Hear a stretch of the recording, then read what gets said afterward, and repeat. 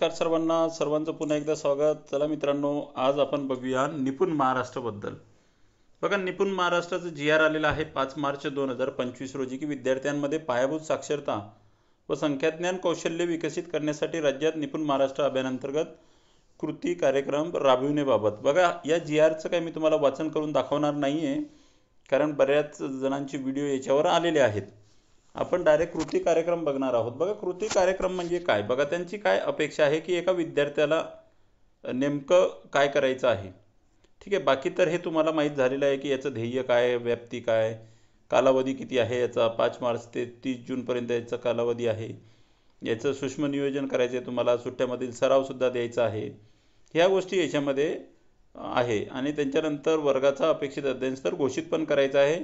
अंतिम मूल्यांकन आहे, त्याच्यामध्ये लोकसहभाग आहे. त्याच्यानंतर तुम्हाला पुरस्कारसुद्धा आहे, शाळेला शिक्षकांना पुरस्कारसुद्धा याच्यामध्ये आहेत. शाळा भेटी वगैरे या सगळ्या गोष्टी याच्यामधून होणार आहे. आणि या सगळ्या ऑनलाईन कामसुद्धा आहे याच्यामध्ये आणि ऑफलाईन कामसुद्धा आहे. तर मित्रांनो, आज आपण ऑफलाईन काम बघणार आहोत. तर बघा, एका विद्यार्थ्याला कौशल्य, बघा वाचन कौशल्यामध्ये प्रथम भाषेसाठी इयत्ता दुसरी च्या विद्यार्थ्यांसाठी काय काय अपेक्षित आहेत, तर हे 14 मुद्दे अपेक्षित आहेत. लेखनामध्ये भाषेच्याच विषयामध्ये 16 कौशल्य त्यांना अपेक्षित येणे, अध्ययनाचे स्तर आहेत. हे स्तरामध्ये ते विद्यार्थी येणे गरजेचं आहे. बरं, आता याच्यामध्ये प्रश्न असा आहे की हे कशा पद्धतीने भरायचे. तर याच्याबद्दलचे याच्या कृती आराखडे जे आहेत त्याच्या PDF आता सगळीकडे आलेल्या आहेत. तर त्या PDF सगळीकडे तुम्हाला मिळून जातीलच. ठीक आहे. तर हे अध्ययनाचे स्तर कशा पद्धतीने आपण विद्यार्थ्यांचे ठरवणार आहोत ते आपण बघूया. आणि याचा अहवाल कसा बनवणार आहोत ते सुद्धा आपण या ठिकाणी बघूया. चला मग सुरुवात करूया, कारण या जी-आरमध्ये तुम्ही या सगळ्या गोष्टी पाहिलेल्या आहेत.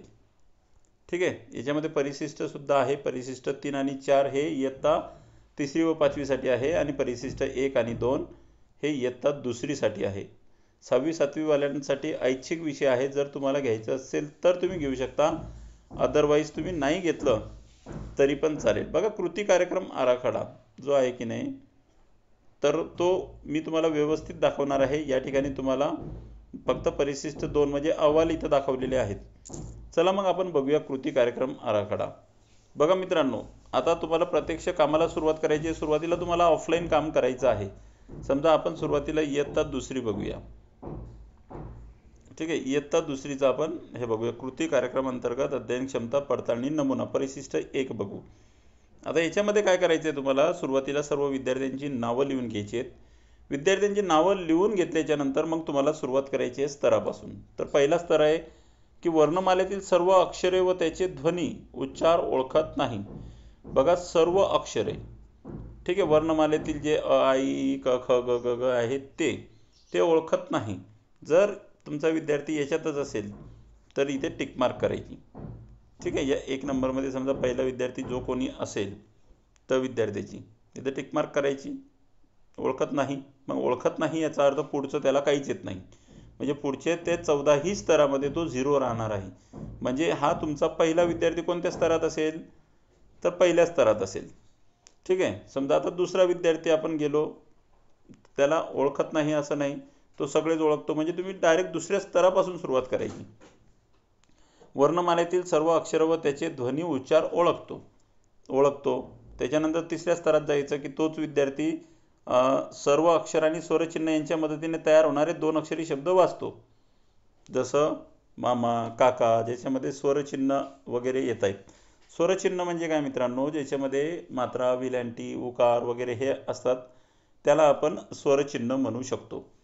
ठीक आहे. तर असे स्वरचिन्ह असलेले 2 अक्षरी शब्द तो वाचतो. काकू, मामी असे शब्द. त्याच्यानंतर तो याच्यात पण आहे. आता 4था स्तर आहे बघा, सर्व अक्षरे आणि स्वरचिन्हे यांच्या मदतीने तयार होणारे 3 ते 4 अक्षरी शब्द वाचतो. बघा, पहिल्या याच्यात काय होतं, 2 अक्षरी शब्द. आता 4थ्या स्तरामध्ये काय झालं, 3 अक्षरी शब्द, 4 अक्षरी शब्द वाचतो. ठीक आहे, तेच स्वरचिन्ह असलेलेच, स्वरचिन्हाच्या मदतीने तयार होणारे. जसं आपण याच्यामध्ये उदाहरणं जर घ्यायचे झाले तर कमाल, ठीक आहे, कुमार असे शब्द 3 अक्षरी. 4 अक्षरी शब्द सुद्धा तसेच. ओके, ज्याच्यामध्ये स्वरचिन्हांचा वापर सुद्धा असला पाहिजे.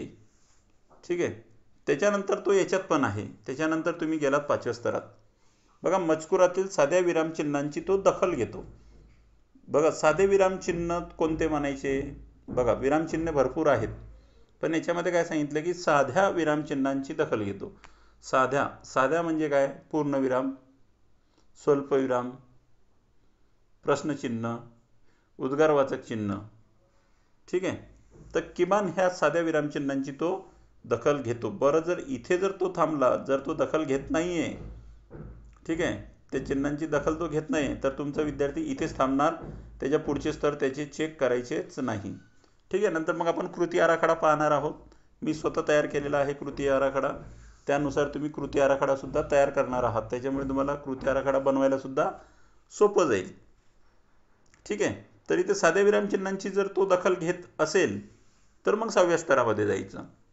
आता तो विद्यार्थी आलाय 6व्या स्तरामध्ये. इथं टिकमार्क करायची आहे तुम्हाला की परिचित मजकुरातील 2 ते 3 सोप्या शब्दांनी तयार झालेली लहान वाक्य वाचतो.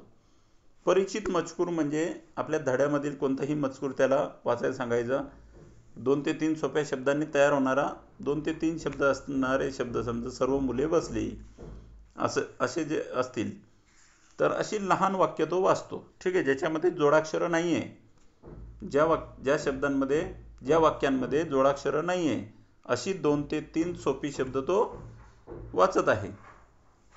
ठीक आहे. त्याच्यानंतर मग जर तो वाचतो तर मग तुम्ही 7व्या स्तरामध्ये जायचं.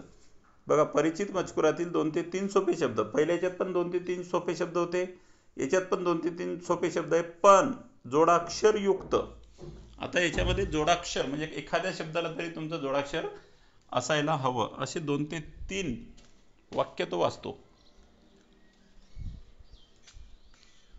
जोडाक्षर असलेली 2 ते 3 सोप्या शब्दांनीच तयार होणारी, पण साधी जोडाक्षर, माझ्या, त्याच्या, असे तो हवंय. त्याच्यानंतर तो या स्तरातून सुद्धा पुढे गेला. आता आपण 8व्या स्तरामध्ये आलो की बा परिचित मजकुरातील 2 ते 3 सोप्या शब्दांनी तयार झालेली लहान वाक्य.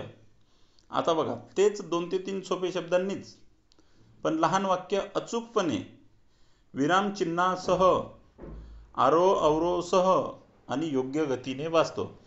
नाहीतर सर्व मुले बसली ही गती नाही झाली, सर्व मुले बसली ही योग्य गती झाली, आरोह अवरोह झाला. याच्यामध्ये विरामचिन्हांचा वापर सुद्धा, जसं श्याम राजू मीना शाळेत गेले, श्याम राजू मीना शाळेत गेले, असं जर तो वाचत असेल तर त्या ठिकाणी विरामचिन्हाचा वापर नाही आहे मित्रांनो. तर आपण त्या ठिकाणी विरामचिन्हाचा वापर करायला सांगायचं त्याला की राजू, श्याम व मीना शाळेत गेले असं. तर हे बघायचं, 2-3च वाक्य, 2 ते 3 सोप्या शब्दांनीच तयार होणारे वाक्य, पण लहान वाक्य, अचूक वाचता यायला हवी त्याला. विरामचिन्हासह, आरोह अवरोहसह योग्य गतीने तो वाचतो. बरं, तो 8व्यात जर अडकला तर पुढचे घ्यायचे नाही. बरं, तो 8व्यात नाही अडकला तर तुम्ही 9वा स्तर घ्यायचा आहे. ठीक आहे. वाटते आपल्याला तेवढं सोपं हे काम नाही आहे. पुढे बघा, व्हिडिओला लाईक करत चला मित्रांनो. सबस्क्राईब जर केलं असेल तर परत सबस्क्राईब करण्याची गरज नाही, पण केलं नसेल तर सबस्क्राईब करा. बघा, 9वा स्तर आहे परिचित मजकुरातील 3 ते 5 सोप्या शब्दांनी. आता पहिले 2 ते 3 सोप्या शब्दांनी, आता 3 ते 5 सोप्या शब्दांनी तयार झालेली लहान वाक्य वाचतो. आता याच्यामध्ये जोडाक्षर नाही, विरामचिन्हाचं पण काहीच नाही, आणि योग्य आरोह अवरोहचं पण काही टेन्शन नाही. फक्त सोप्या शब्दांनी तयार झालेली लहान लहान वाक्य वाचतो. त्याच्यानंतर याच्यातून तो पार झाला की 10व्या स्तरात यायचं. परिचित मजकुरातील 3 ते 5 सोप्या शब्दांनी तयार झालेले जोडाक्षरयुक्त लहान वाक्य तो वाचतो. आता बघा, 3 ते 5 वाक्य पहिल्या याच्यात पण होती सोप्या शब्दांनी तयार झालेली. आता पण 3 ते 5 सोप्या शब्दांनी तयार झालेली, पण जोडाक्षरयुक्त, ज्याच्यामध्ये जोडाक्षर 1-2 शब्दांना जोडाक्षर यायला हवी अशी वाक्य तो वाचतो. त्याच्यानंतर हा पार झाल्यावर मग 11व्या याच्यात येणार. बघा, 3 ते 5च सोप्या शब्दांनी तयार झालेले लहान वाक्य अचूकपणे वाचलं पाहिजे त्यांना. विरामचिन्हासह, आरोह अवरोहसह योग्य गतीने वाचतो. अशा पद्धतीने त्यानं वाचलं तरच तो या स्तरातून 12व्या स्तरात जाणार आहे. ठीक आहे. नाहीतर तो इथे अडकला, मग याच्या पुढच्या स्तरांचं काय करायचं ते मी तुम्हाला कृती आराखड्यामध्ये सांगणार आहे. बघा, अपरिचित मजकुरातील 4 ते 5 सोप्या शब्दांनी तयार झालेली लहान वाक्य तो वाचतो. आता इथे बघा, पहिले 2 ते 3 वाक्य होती, आता 3 ते 5 झाली, नंतर आता 4 ते 5. सोपे शब्द हे इयत्ता दुसरीचं सांगत आहे मी तुम्हाला. ठीक आहे, इयत्ता दुसरीचं. त्याच्यानंतर तेच 4 ते 5 सोपे शब्द घेऊन पण जोडाक्षर असलेले शब्द. जर इथून पार झाला तर 14व्या स्तरात पार झाला. 14वा स्तर काय आहे की अपरिचित मजकुरातील 4 ते 5 सोप्या शब्दांनी तयार झालेली लहान वाक्य अचूकपणे विरामचिन्हासह आरोह अवरोहसह योग्य गतीने वाचतो. तर बघा, तो जो विद्यार्थी तो 14 स्तरामध्ये आला तर तो विद्यार्थी इथून पार झाला. म्हणजे कृती आराखड्यामध्ये त्या विद्यार्थीला घेण्याची गरज आहे का? नाही. या विद्यार्थ्याला 14 स्तरमध्ये तो आहे, 14 स्तरमध्ये आहे. समजा फॉर एक्झाम्पल प्रदीप पडवाल हा विद्यार्थी 12 स्तरापर्यंत झाला, तर त्याचा स्तर कोणता? 12. मग त्या कृती आराखडा कोणत्या स्तराचा घ्यायचा आहे? 13 आणि 14चा. ते मी तुम्हाला कृती आराखड्यामध्ये समजून सांगेन. ठीक आहे, पण अशा पद्धतीने तुम्हाला हे करत जायचं आहे. तर हे झालं तुमचं मराठीमधलं वाचन कौशल्य. कोणतं कौशल्य? हे वाचन कौशल्य. बघा, वाचन कौशल्य थोडं सोपं आहे. आता आपण जाऊया लेखन कौशल्याकडे. इयत्ता दुसरीचं लेखन कौशल्य. बघा, लेखन कौशल्य थोडंसं कठीण आहे. बघा, याच्यामध्ये जवळपास 15-16 स्तर याच्यामध्ये दिलेले आहेत. ठीक आहे, लेखन कौशल्यामध्ये बघा, याच्यामध्ये वर्णमालेतील अक्षरे पाहून लिहू शकत नाही, असं होऊ शकत नाही. सगळे मुलं पाहून लिहू शकतात. जर लिहत नसेल तर पहिला विद्यार्थी तिथेच तुम्ही ब्रेक करायचा.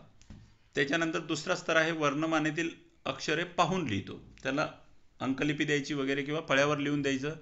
जर तो लिहत असेल पाहून तर या स्तरातून तो पुढच्या स्तरात जाणार. त्याच्यानंतर सोपे शब्द, साधे साधे शब्द, कर, मग, पळ असे सोपे सोपे शब्द पाहून लिहितो. ठीक आहे, तर तो तिसऱ्या स्तरातून पुढे जाईल. आता बघा, चौथ्या स्तरापासून पुढे ना श्रुतलेखन आहे. मध्ये मध्ये श्रुतलेखन असते. ठीक आहे, आणि मध्ये मध्ये पाहून लिहितो आणि श्रुतलेखन, पाहून लिहितो आणि श्रुतलेखन, म्हणजे अनुलेखन आणि श्रुतलेखन या 2 घटकावरच जास्त जोर दिलेला आहे. आता 6वा स्तर काय आहे? चौथा स्तर आहे श्रुतलेखन करताना वर्णमालेतील सर्व अक्षरांच्या ध्वनीला उच्चार ऐकून अक्षरे लिहितो. समजा तुम्ही हे सुरुवातीला आपण काय बघत आहोत? वर्णमालेतील अक्षर म्हणजे मूळाक्षर. हे सुरुवातीला 6-7 स्तरापर्यंत तुम्ही चौथ्या स्तरापर्यंत तुम्ही मूळाक्षरापर्यंतच आहात. तर तुम्ही मूळाक्षर सांगताय आणि तो विद्यार्थी लिहितोय ऐकून, तरच तो पुढच्या स्तरात जाईल. ठीक आहे, आता 5व्या स्तरात आलो आपण. चौथा स्तर त्याने पार केला. 5व्या स्तरामध्ये काय आहे की श्रुतलेखन करताना वर्णमालेतील काही अक्षर आणि स्वरचिन्ह वापरून शब्द लिहितो. म्हणजे ते जे वर्णमालेतील सर्व अक्षर आहेत की नाही, त्या सर्व अक्षर एकत्र घेऊन त्याचा तो शब्द लिहितो, त्याच्यापासून शब्द बनवतो आणि लिहितो. ठीक आहे, बरं, इथून तो पार झाला तर 6व्या स्तरात येणार. श्रुतलेखन करताना वर्णमालेतील सर्व अक्षरे व स्वरचिन्हे वापरून शब्द लिहितो. सर्व अक्षर बघा, पहिले याच्यामध्ये काय होतं 5व्या स्तरात की काही अक्षर आणि स्वरचिन्ह, आणि याच्यामध्ये काय आहे? सर्व अक्षर. शब्दांवर लक्ष ठेवत चला. सर्व अक्षर व स्वरचिन्ह. ठीक आहे, एवढं वापरून तो शब्द लिहितो. म्हणजे सर्व अक्षर व स्वरचिन्ह वापरून, जसं काका, मामा, बदक असे. त्याच्यानंतर 7वा स्तर आहे. या स्तरातून तो पुढच्या स्तरात गेला. आता पुढच्या स्तरामध्ये काय झालं? 6व्या स्तराचंच ऑप्शन, पण एक गोष्ट त्याच्यात वाढलेली, तो म्हणजे जोडाक्षर युक्त शब्द लिहितो. म्हणजे वर्णमालेतील सर्व अक्षर आणि सर्व स्वरचिन्ह युक्त सर्व जोडाक्षरयुक्त शब्द तो लिहितो तिथे. ठीक आहे, त्याच्यानंतर तो 7व्या स्तरातून जर पार नाही झाला तर मग पुढं हे सगळे स्तर तुमचे कृती आराखड्यामध्ये येणार. पण त्याने 7वा स्तर पार केला तर 8व्या स्तरात जायचं. आता याच्यामध्ये बघा काय, पाहून लिहितोचे 2 आहे. बघा, 2 ते 3 शब्दांची व सोप्या जोडाक्षरांची 1 ते 2 सोपी वाक्य पाहून लिहितो. 2 ते 3 शब्दांची, समजा माझ्या घरी चला असं एखादी जोडाक्षर आलेलं त्याच्यामध्ये, अशी सोपे वाक्य पाहून लिहितो. म्हणजे त्याला तुम्ही फळ्यावर दिली आणि तो पाहून व्यवस्थित लिहत आहे. त्याच्यानंतर 9वा स्तर पण तसाच आहे. 4 ते 5 सोपे शब्द व सोपी जोडाक्षर असलेले 2 ते 3 वाक्य लिहितो. ठीक आहे, पहिल्या याच्यात 2 वाक्यच होती, 1 ते 2 वाक्य होती, आणि याच्यामध्ये आता 2 ते 3 वाक्य पाहून लिहितो. त्याच्यानंतर 10वा स्तर आहे की 2 ते 3 1 ते 2 सोपी वाक्य ऐकून योग्य गतीने लिहितो. आता त्याला ऐकायचं आहे, म्हणजे श्रुतलेखन आलं. तुम्ही सांगायचं आणि योग्य गतीने त्याला लिहायला सांगायचं. ठीक आहे. नाहीतर एक वाक्य सांगितलं तुम्ही, झालं का झालं का झालं का करत करत असे 10 मिनटं जर जात असतील तर मग तो विद्यार्थी त्या स्तरामध्ये नाही. ठीक आहे. मग इथून तो पार झाला की मग 11व्या स्तरात आला. 2 ते 3 शब्द व जोडाक्षरयुक्त 1 ते 2 वाक्य ऐकून, बघा जोडाक्षरयुक्त, आता पहिल्या याच्यात सोपी वाक्य होती, पण आता याच्यामध्ये जोडाक्षरयुक्त 1 ते 2 वाक्य ऐकून विरामचिन्हासह तो लिहितो. त्याच्यानंतर आपण थोडंसं फास्ट घेऊया कारण खूप सारं आहे. त्याच्यानंतर 12वा स्तर आहे 2 ते 3 सोप्या शब्दांची 2 ते 3 सोप्या शब्दांची 2 ते 3 सोपी वाक्य ऐकून योग्य गतीने लिहितो. ठीक आहे. हे सुद्धा श्रुतलेखन आहे, पण याच्यामध्ये 3 सोपी वाक्य, 2 ते 3 सोपी वाक्य. आणि 13व्या स्तरामध्ये जोडाक्षर वाढणार, जोडाक्षर आणि विरामचिन्ह. 2 ते 3 सोपे शब्द व सोपी जोडाक्षरे यांनी युक्त विरामचिन्हासह 3 ते 4 वाक्य योग्य गतीने तो लिहितो. ठीक आहे. त्याच्यानंतर हा पार झाल्याच्या नंतर 14व्या स्तरात तुम्ही जाणार. बघा, श्रुतलेखनाकरिता 4 ते 5 शब्दांची 1 ते 2 सोपी वाक्य योग्य गतीने लिहितो. बघा, तो तुम्ही सांगत आहात आणि सोपी वाक्य सांगत आहात, ते पण 4 ते 5 शब्द असलेलं वाक्य सांगत आहात आणि तो योग्य गतीने लिहत आहे. बरं, तीच जी आहे 14व्या स्तरातलं 15व्या स्तरात थोडं हार्ड, किंवा 4 ते 5 सोपे शब्द आणि सोपी जोडाक्षर यांनी युक्त 1 वाक्य ऐकून विरामचिन्हासह ऐकून योग्य गतीने लिहितो. ठीक आहे. इथं 1 ते 2 सोपी वाक्य होती, इथे एकच वाक्य म्हटलंय त्यांनी. 1 वाक्य ऐकून विरामचिन्हासह ऐकून योग्य गतीने लिहितो. आणि त्याच्या पुढं तेच आहे, 4 ते 5 सोपे शब्द व सोपी जोडाक्षर यांनी युक्त 2 ते 3 वाक्य. याच्यात 1 वाक्य होतं, आता याच्यात 1 ते 3 वाक्य विरामचिन्हासह योग्य गतीने तो लिहितो. तर लेखनाचा भाग आहे ना मित्रांनो, थोडासा कठीण होणार आहे बरं का मुलांना लेखनाचा. आता आपण संख्या ज्ञानकडे जाऊया. इयत्ता 2री निपुण महाराष्ट्राचं संख्या ज्ञान. आता आपण याच्यात इयत्ता 2रीचंच घेऊ, नंतर 3रीचा व्हिडिओ वेगळा करू आणि 4थीचा पण व्हिडिओ वेगळा करू, कारण एकाच व्हिडिओ जर म्हटलं हा तर खूप मोठा होऊन जाईल. तर इयत्ता 2री गणित. बघा, कौशल्य काय आहे? संख्या ज्ञान. समजा इथे पहिला विद्यार्थी, बघा याचे कौशल्य किती स्तर आहेत? 11 स्तर आहेत. ओके. आता याच्यामध्ये बघा पहिलं काय आहे की 0 ते 9 संख्या नामे क्रमाने म्हणता येत नाही. म्हणजे 0, 1, 2, 3, 4, 5, 6, 7, 8, 9 असं त्याला क्रमाने म्हणता येत नाहीये. त्याच्यानंतर 0 ते 9 संख्या नामे क्रमाने म्हणतो. जर तो म्हणत असेल तर टिक मार्क करायची. त्याच्यानंतर 0 ते 9 पर्यंतच्या वस्तू मोजतो. त्याला सांगितलं की बा तू 6 वस्तू मोज, 7 वस्तू मोज, तुम्हाला वस्तू मोजून दाखवत आहे तो, तर इथे तो परफेक्ट येणार. त्याच्यानंतर 9 पर्यंतच्या वस्तूंच्या समूहातून ठराविक संख्ये एवढ्या वस्तू काढून दाखवतो. म्हणजे त्याला सांगितलं की तू 5 काढून दाखव, 3 काढून दाखव, 6 काढून दाखव, 7 काढून दाखव. जर तो दाखवत असेल तर त्या ठिकाणी तुम्ही बरोबरची टिक करायची आहे. ठीक आहे. त्याच्यानंतर 0 ते 9 पर्यंतच्या संख्या ओळखतो आणि वाचतो. ओके. म्हणजे त्याला 0 ते 9 पर्यंतची संख्या ओळखता यायला पाहिजे आणि वाचता यायला पाहिजे. म्हणजे असं फळ्यावर लिहून देणे की बा ही संख्या कोणती आहे, ती संख्या कोणती आहे, असं. त्याच्यानंतर बघा 0 ते 9 पर्यंत संख्या लिहितो. अंकामध्ये तो जर लिहत असेल तुम्ही सांगितलेली संख्या, तर तुम्ही या स्तरामध्ये त्याला घेऊ शकता. त्याच्यानंतर बघा 0 ते 9चं संपलं 6 पर्यंत. आता 7व्या स्तरात आहे 10 ते 20 संख्या नामे क्रमाने म्हणतो. म्हणजे त्याला म्हणता आले पाहिजे 10, 11, 12, 13, 14. सेमी इंग्लिश असेल तर 10, 11, 12, 13, 14 असं. ओके. 8व्या स्तरामध्ये 10 ते 20 पर्यंतच्या वस्तू मोजतो. त्याला सांगितलं की बा 13 वस्तू दाखव, 17 वस्तू दाखव, 14 वस्तू दाखव. जर त्याने मोजल्या तर इथे टिक मार्क द्यायची. ठीक आहे. 8वा स्तर आणि 9वा स्तर सुद्धा तुम्ही तशाच पद्धतीने घेऊ शकता. 10वा स्तर आहे बघा 10 ते 20 पर्यंतच्या संख्या ओळखतो. आता त्याला फळ्यावर आपण 10 ते 20 मधल्या कोणत्याही संख्या लिहून दाखवल्या तर तो ओळखतो आणि नंतर वाचतोय. त्याच्यानंतर 10 ते 20 पर्यंत संख्या लिहितो. अंकामध्ये तो लिहत असेल तर तुम्ही या ठिकाणी हे करू शकता. अक्षरी लेखन या ठिकाणी त्यांनी मागितलेलं नाही आहे. तर संख्याज्ञानमध्ये खूप सहज आणि एकदम सोपं आहे. आता बघा दुसरं कौशल्य आहे संख्येवरील क्रिया. याच्यामध्ये सुद्धा 13 स्तर आहेत. याच्यामध्ये सुद्धा 13 स्तर आहे. बघा जसं 0 ते 4 पर्यंतच्या संख्यांची मृत वस्तूचा वापर करून बेरीज करता येत नाही. जर त्याला बेरीज करता येत नसेल तर तो याच ठिकाणी अडकणार, पुढचे स्तर त्याची चेक करायचे नाही. पुढचे स्तर मग आपण 30 जूनपर्यंत त्याचा अभ्यास करून घ्यायचा आहे. दुसरा स्तर आहे बघा, 0 ते 4 पर्यंतच्या संख्याची मूर्त वस्तूंचा वापर करून बेरीज करतो. बघा, वस्तूंचा वापर करून, जसं आपण ज्ञानरचनावादामध्ये बघितलं होतं तशा पद्धतीने तो जर बेरीज करत असेल तर इथे बरोबर म्हणा. ठीक आहे. नंतर 0 ते 4 पर्यंतच्या संख्याची बेरजेचे चिन्ह वापरून बेरीज करतो. ठीक आहे. आता याच्यामध्ये वस्तू न वापरता 0 ते 4 मध्ये त्यानं बेरीज केली पाहिजे. त्याला जर आपण 2 + 3 दिलं तर त्याची बेरीज त्यानं करायला हवी. त्याच्यानंतर बघा, 0 ते 4 पर्यंतच्या संख्यांचा वापर दैनंदिन परिस्थितीमध्ये करून बेरजेची शाब्दिक उदाहरणं सुद्धा सोडवतो. जर तो शाब्दिक उदाहरणं सोडवत असेल 0 ते 4 अंक घेऊन, तर तुम्ही त्याला या स्तरात ठेवू शकता. पुढच्या स्तरामध्ये तो जाईल 0 ते 9 पर्यंतच्या संख्यांची मूर्त वस्तूंचा वापर करून बेरीज उदाहरणं सोडवतो. आता पहिले 0 ते 9 4 होतं, आता 0 ते 9 सुद्धा तसंच. ठीक आहे.